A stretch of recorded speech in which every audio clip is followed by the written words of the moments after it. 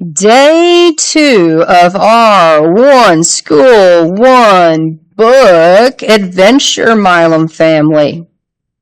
Chapter 4 is where we're starting today. A surprisingly helpful cynic. Flora ran from her room. She ran down the stairs.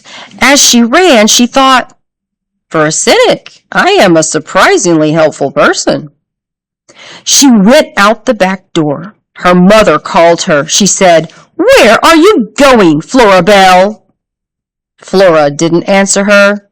She never answered her mother when she called her Flora Belle. Sometimes she didn't answer her mother when she called her Flora either. Flora ran through the tall grass and cleared the fence between her yard and the Tickums in a single bound. "Move out of the way," said Flora. She gave Mrs. Tickum a shove and grabbed hold of the vacuum cleaner. It was heavy. She picked it up and shook it. Nothing happened. She shook harder. The squirrel dropped out of the vacuum cleaner and landed with a plop on the grass. He didn't look that great. He was missing a lot of fur. Vacuumed off? Flora assumed. His eyelids fluttered, his chest rose and fell and rose again. And then it stopped moving altogether. Flora knelt. She put a finger on the squirrel's chest. At the back of each issue of the Illuminated Adventures of the Amazing Incandesto, there was a series of bonus comics. One of Flora's very favorite bonus comics was entitled, "Terrible Things Can Happen to You." As a cynic, Flora found it wise to be prepared.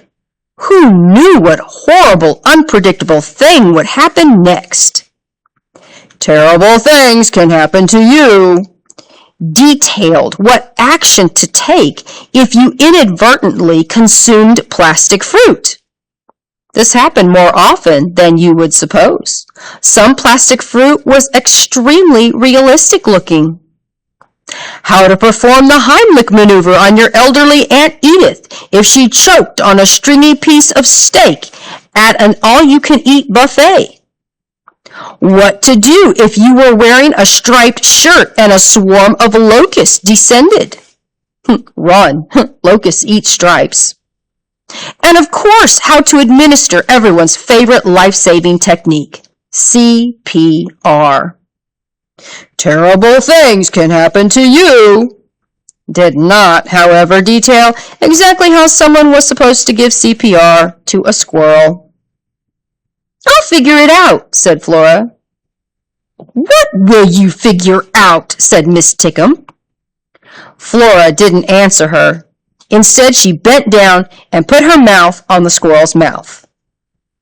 It tasted funny. If she were forced to describe it, she would say that it tasted exactly like squirrel. Fuzzy, damp, slightly nutty. "Have you lost your mind?" said Mrs. Tickum. Flora ignored her. She breathed into the squirrel's mouth. She pushed down on his small chest. She started to count. Chapter 5. The Squirrel Obliges. Something strange had happened to the squirrel's brain. Things had gone black. And then into this black blankness, there came a light, so beautiful, so bright, that the squirrel had to turn away. A voice spoke to him. "What's that?" said the squirrel. The light shone brighter. The voice spoke again. "Okay," said the squirrel, "you bet." He wasn't sure what exactly he was agreeing to, but it didn't matter.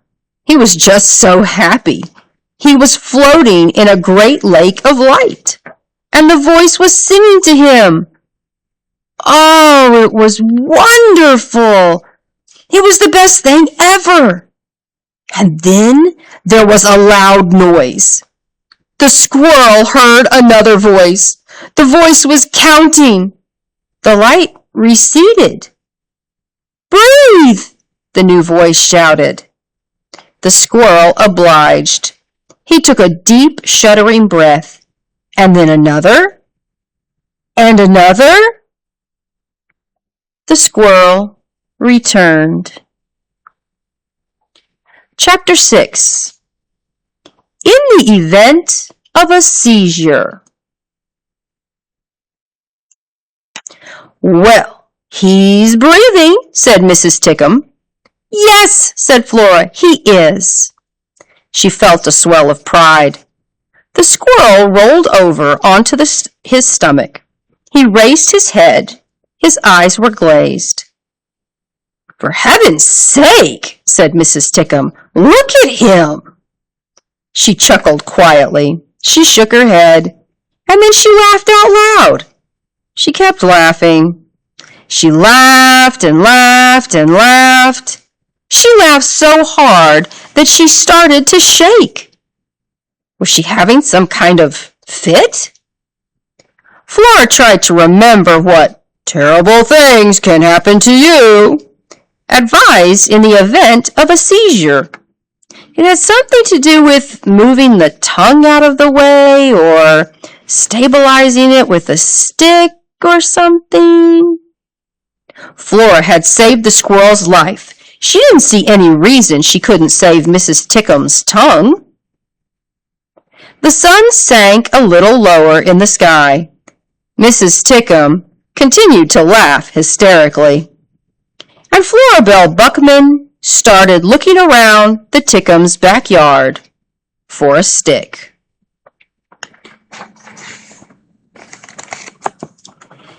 Chapter 7. The Soul of a Squirrel. The squirrel was a little unsteady on his feet.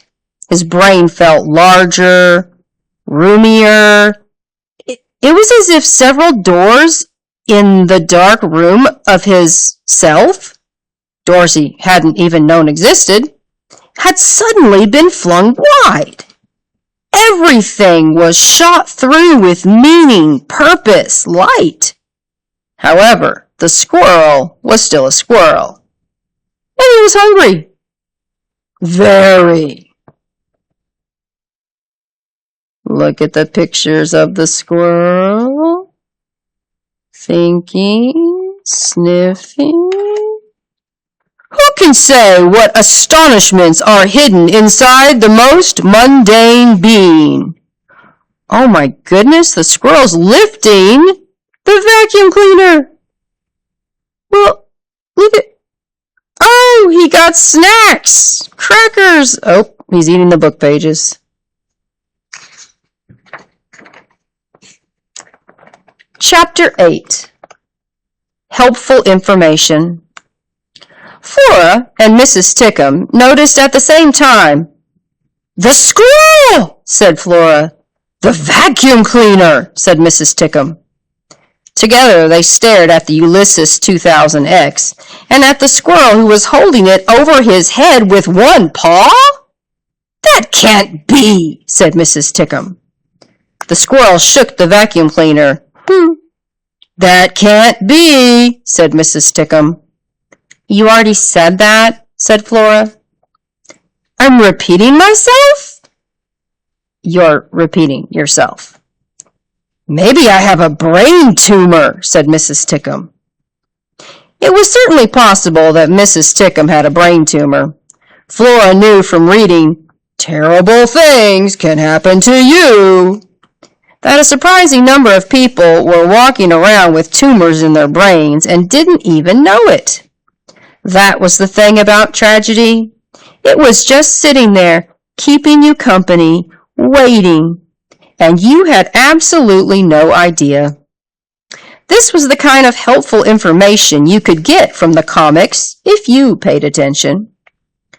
The other kind of information that you absorbed from the regular reading of comics, most particularly the illuminated adventures of amazing incandesto was that impossible things happen all the time. For instance, heroes, superheroes, were born of ridiculous and unlikely circumstances. Spider bites, chemical spills, planetary dislocation, and in the case of Alfred T. Slipper, from accidental submersion in an industrial-sized vat of cleaning solution called incandesto, the cleaning professional's hard-working friend. "I don't think you have a brain tumor," said Flora. "There might be another explanation." "Uh-huh," said Mrs. Tickum. "What's the other explanation?" "Have you ever heard of incandesto?" "What?" said Mrs. Tickum. "Who," said Flora. "Incandesto is a who. He's a superhero." "Right," said Mrs. Tickum. "And your point is?" Flora raised her right hand. She pointed with a single finger at the squirrel. "Surely you're not implying," said Mrs. Tickum. The squirrel lowered the vacuum cleaner to the ground. He held himself very still. He considered both of them. His whiskers twitched and trembled. There were cracker crumbs on his head. He was a squirrel. Could he be a superhero too? Alfred T. Slipper was a janitor. Most of the time, people looked right past him. Sometimes, often in fact, they treated him with disdain. They had no idea of the astonishing acts of heroism the blinding light contained within his outward humdrum disguise. Only Alfred's parakeet Dolores knew who he was and what he could do. "The world will misunderstand him," said Flora. "Huh, you bet it will," said Mrs. Tickum. "Tootie!" shouted Mr. Tickum from the back door. "Tootie, I'm hungry!" Tootie? What a ridiculous name. Flora couldn't resist the urge to say it out loud. "Tootie," she said. "Tootie Tickum. Listen, Tootie. Go inside, feed your husband, say nothing to him or anyone else about any of this." "Right," said Tootie. "Say nothing. Feed my husband." "Okay, right." She began walking slowly toward the house. Mr. Tickum called out, "Are you done vacuuming? What about the Ulysses? Are you going to leave it sitting there?" "Ulysses?" whispered Flora. She felt a shiver run from the back of her head to the base of her spine. She might be a natural-born cynic, but she knew the right word when she heard it. "Ulysses," she said again. She bent down and held out her hand to the squirrel. "Come here, Ulysses," she said. That ends day 2 of our adventure, Milam family. See you again tomorrow for day 3.